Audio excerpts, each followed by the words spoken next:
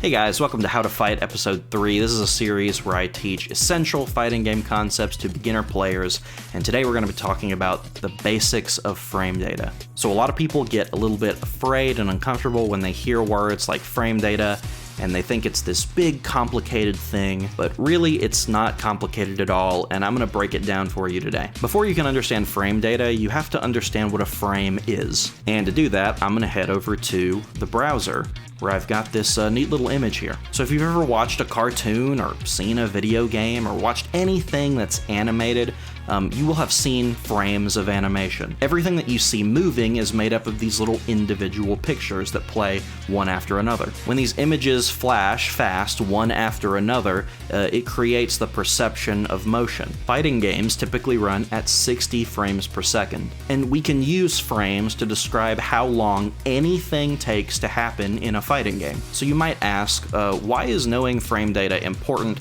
and how will it help me play fighting games? Well, we're gonna head over to Guilty Gear, and I'm gonna show you right now. So let's say that me and Soul are gonna interact with each other at round start. I wanna pick my fastest option that can hit Soul. So how do I find out what that fastest option is? So I could sit in training mode and tell Soul to do a specific move, and then I can reset on round start and just test different options against what he might do. And this isn't a bad thing to do at all, but you can find this information relatively quickly if you just go and look at the frame data. There are really cool websites maintained by cool people that list all of this information for you so that you don't have to try it yourself. So let's say that we go to Guilty Gear Strive, and we open up Soul Bad Guy. On Soul's page, it's going to list every single one of his moves. So just as an example, let's look at 5H here. If you watched How to Fight Episode 1, you will have heard me talk about the startup, active, and recovery portions of a move. Well, we can describe exactly how long each of those pieces are with the amount of frames it takes for them to happen. So for 5H on Soul, it takes 11 frames for it to start up, it will be active for 4 frames, and then it will have a 20 frame recovery. Don't worry about any other numbers that you see right now, because those will be covered in a future episode of How to Fight. So let's find the move that we just tried to test with Soul. Here you go, we found 6H. It has 9 frames of startup. So now that we know that number, that this move starts up in 9 frames, we can go look at Kai, and we can find a potential option and then test it. We're looking for a move that will reach Soul at round start, but is faster than 9 frames. If we go all the way down to Kai's special moves here, we can see Stun Dipper. This starts up in 5 frames, which means that if we input Stun Dipper at round start at the exact same time that Soul were to press 6H, this move should hit him before his 6H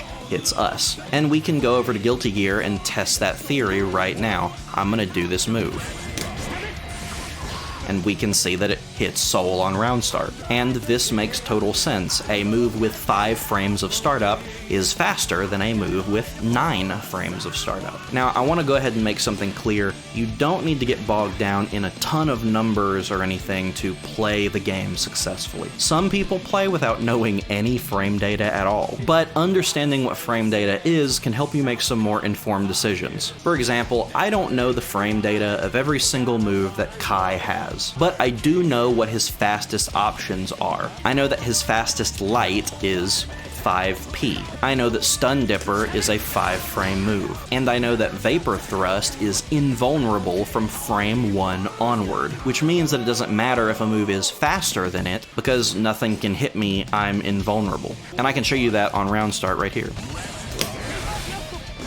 If we look at Kai's frame data and go to Vapor Thrust, we can see H Vapor Thrust has a startup of 13 frames. Soul's move is faster than Vapor Thrust, but we have a little thing right here that says, for the first 16 frames of this move, it is invulnerable to strikes. This means that the move can't be hit from frames 1 through 16. Because of that, it will beat Soul's 6H if we press these at the same time. So hopefully that illustrates to you why frame data might be important to know, and hopefully it also demystifies what frame data is. The only thing frame data does is it describes how long something takes to happen, and if you can do some basic math, you can use it to your advantage. Dipping a little bit into frame data early will make you more comfortable with dealing with it later. And once you've gotten the hang of looking at these numbers, it'll be very easy for you to parse very quickly. So again, I would encourage you to interact with it early, and don't be afraid of it. Alright, I hope you guys enjoyed that episode of How to Fight. Next episode, we're going to be talking about frame advantage. Frame advantage takes frame data and makes it a little more complicated,